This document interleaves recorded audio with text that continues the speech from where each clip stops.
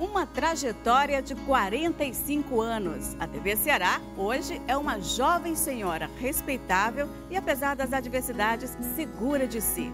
Nessas 4 décadas e meia, a TVC fez história e segue orgulhosa de sua caminhada. Uma data para se comemorar. E qual presente poderia ser melhor para essa aniversariante do que recordar sua história? Quem conta essa história são as pessoas que ajudaram a construí-la. Funcionários, artistas, jornalistas, professores, diretores, apresentadores, técnicos, câmeras, iluminadores, inclusive o público. Em 3 programas especiais, você vai conhecer a trajetória da TVC contada pelos que fizeram parte dela. Nesta primeira parte, vamos falar da criação dessa emissora, do propósito pedagógico e de como ela tem participação na formação de gerações de cearenses. Está começando o Colhendo Histórias, Formando Memórias.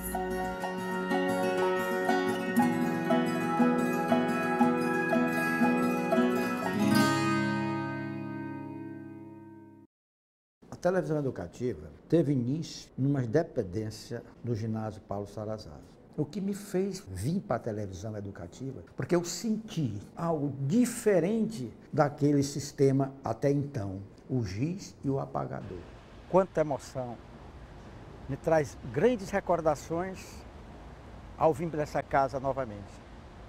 Aqui, parece que eu estou vendo, em 7 de março de 1974, o governador César Carlos inaugurando esta televisão, que foi o maior marco da educação do estado do Ceará.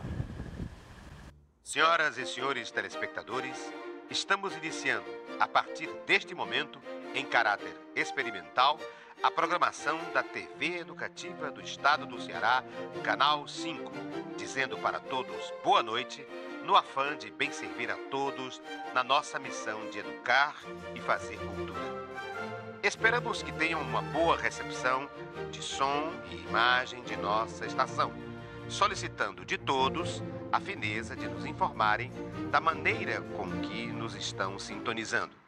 Este texto é o texto que foi lido no início da programação experimental deste canal, o Canal 5, quando ainda se chamava TV Educativa e só se passaria a ser a TVC alguns anos depois.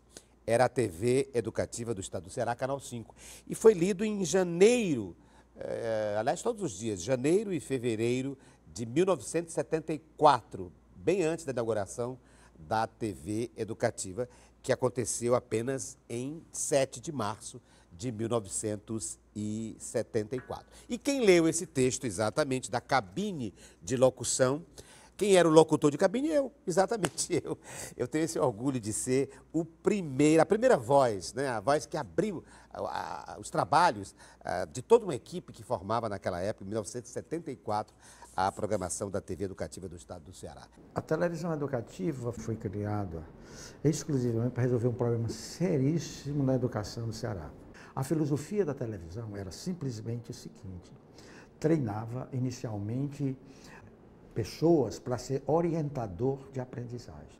Um grupo de professores selecionados, sob a orientação do professor Gerardo Campos e do jornalista e radialista Guilherme Neto, preparava este grupo de professores para se transformar em roteirista de televisão. Eu me lembro muito bem que na época quem fundou a televisão foi o governador César Carlos, né? Mas o canal, né? Quem conseguiu foi o governador Plácido Castelo.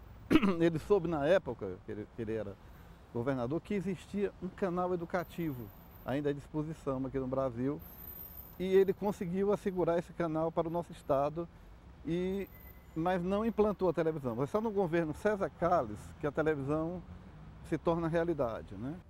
O sistema de teleensino foi criado, pensado pelo professor Gerardo Campos, um gênio do meu ponto de vista. Uma pessoa que criou uma sistemática super avançada para a época e que recebia muitos visitantes exatamente por isso, trabalhando para desmassificar o veículo televisão, que era considerado um veículo massificador. 2 coisas eram muito importantes, sobretudo. A impressão do que o contexto trazia para a gente, porque o contexto era difícil naquele tempo, mas trazia uma impressão para a gente e a expressão que a gente fazia com que os meninos tivessem, se expressassem, né? Falassem. Quando nós olhamos para o lado pedagógico, o setor de pedagogia da televisão, como era que funcionava o sistema de televisão educativa? Então, nós tínhamos montado um tripé, era montado sobre essas três coisas. A teleaula, o manual de aprendizagem e o orientador de aprendizagem. Qual era o fluxograma, qual era a dinâmica do processo? Era os alunos em sala de aula, eles assistiam os videozinhos curtos, primeiro um chamado aula integrada. Essa aula integrada, ela reunia todos os conteúdos daquele dia. Então, eu criei um manualzinho pequeno, fácil do aluno conduzir, porque ele tinha que levar para casa para estudar. Ele recebia na sala de aula o conteúdo através de uma aula específica. Fora a aula integrada, tinha aula do conteúdo de cada disciplina, que geralmente de 8 minutos, não passava de 10. O orientador de aprendizagem, que era uma espécie de professor e que não era professor, era outra figura, como se diz aí, orientava a aprendizagem, dinamizava o processo.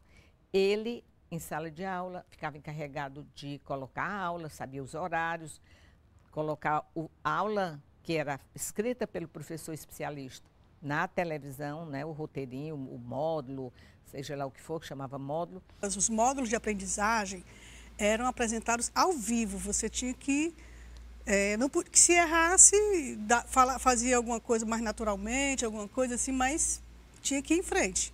E a duração era de 5 a 10 minutos, cada módulo de aprendizagem. E eu posso dar o meu testemunho de cátedra, porque eu ministrava aula nos dois sistemas. O teleensino, o aluno do teleensino era um aluno desperto, consciente, inteligente, dinâmico, observador, crítico. Ele se posicionava, ele falava, ele argumentava. Enquanto que o sistema convencional, o aluno trabalhava de forma passiva. Às vezes havia professor tão intolerante que não admitia nenhuma pergunta, como se era chamada de educação bancária, aquela que o professor sabichão deposita e apenas o aluno, coitado, humildemente tem que receber.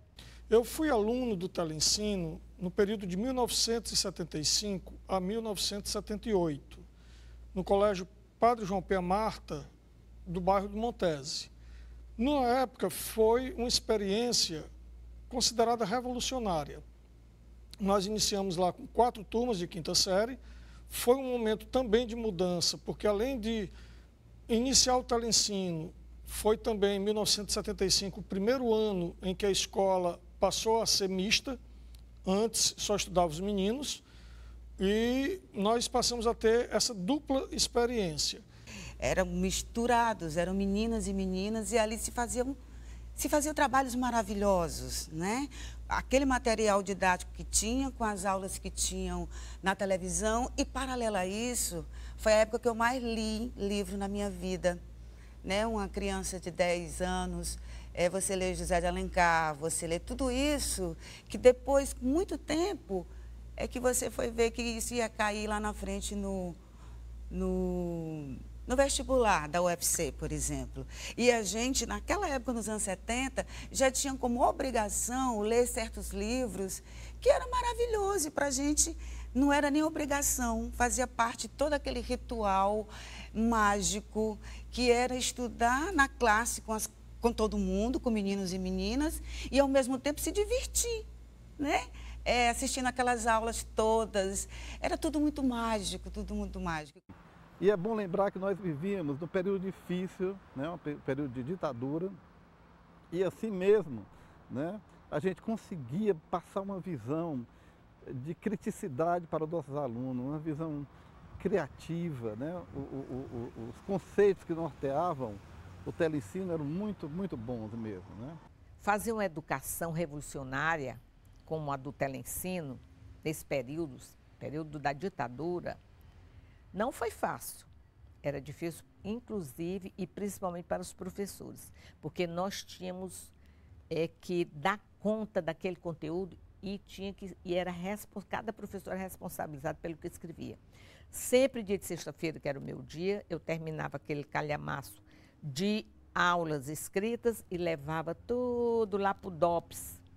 Tinha que ser avaliado lá. Um dia quase que eu fico, porque eu fui argumentar que Brasília foi criado pelo Juscelino Kubitschek de Oliveira, o presidente da República, e não podia falar. A única coisa que mas eu argumentei, porque era um fato histórico e tal, porque eu tinha escrito alguma coisa sobre Juscelino, sobre Brasília, capital, e não podia falar. Então, não podia escrever.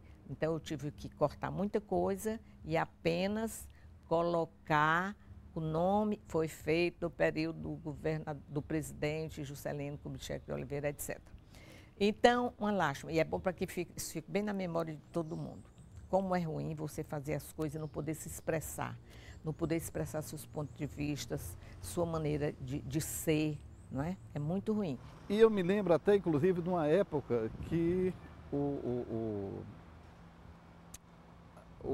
nosso presidente, né, recebeu aqui o Estado-Maior, né, a Escola de Estado-Maior, que veio conhecer aqui o nosso sistema, como nós trabalhávamos aqui. E, na época, o Paulo Freire não era bem visto pela Revolução. E nossa proposta foi muito calcada em cima da proposta do Paulo Freire, né? E, na hora, um dos militares, né, virou-se assim para o governador César Carlos e disse: "Isso está me cheirando muito a Paulo Freire", né? E nessa época o nosso governador César Carlos foi muito grandioso. Ele disse, ele defendeu a proposta na época, junto com o Gerardo Campos, né? E eles disseram: "Bem, isso está na mão do nosso governador, a gente tem toda a confiança", né? E com isso a gente conseguiu se sair bem com essa visita do Estado, eu acho que era o Estado-Maior, se eu não me engano, né? Os textos, apesar de ser um período de regime militar, eram textos bastante interessantes, porque a gente tinha contato com letras de Gilberto Gil, de Chico Buarque, entre outros. A maneira como foi estruturado, desde a filosofia de ser um sistema dialógico, do material ser produzido na própria TV, trazendo a paisagem cearense para as crianças, os autores cearenses para as crianças. Isso tudo foi um desafio e um trabalho que incluiu os alunos de uma maneira muito incrível de conhecer-se como pessoas, de conhecer o conteúdo e de conhecer o Ceará. E a partir daí também a parte global, porque nós tínhamos todo um processo que até o 8º ano, na época, em que o aluno passava e que a gente tinha todo um material de documentários e que dava um suporte a isso, assim.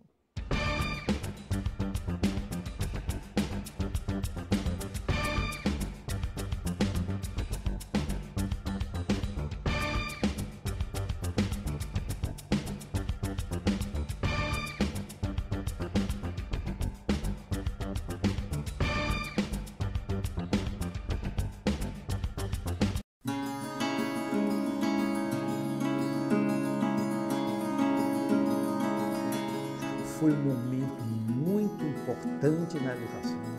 Foi uma experiência fantástica trabalhar na TV Educativa. Eu acho que, voltando assim, minha memória, né, quando me falaram que você estava fazendo esse documentário, que eu poderia ter a possibilidade de dar o meu depoimento, eu disse: nossa, eu não posso deixar, porque, afinal de contas, eu estive presente, eu estive lá.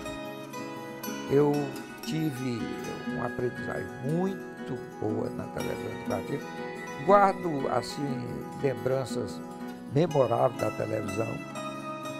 Até hoje eu me sinto extremamente honrada e feliz de ter participado da construção da TV Educativa, desse sistema de ensino tão avançado para a época, visitado por muita gente do exterior.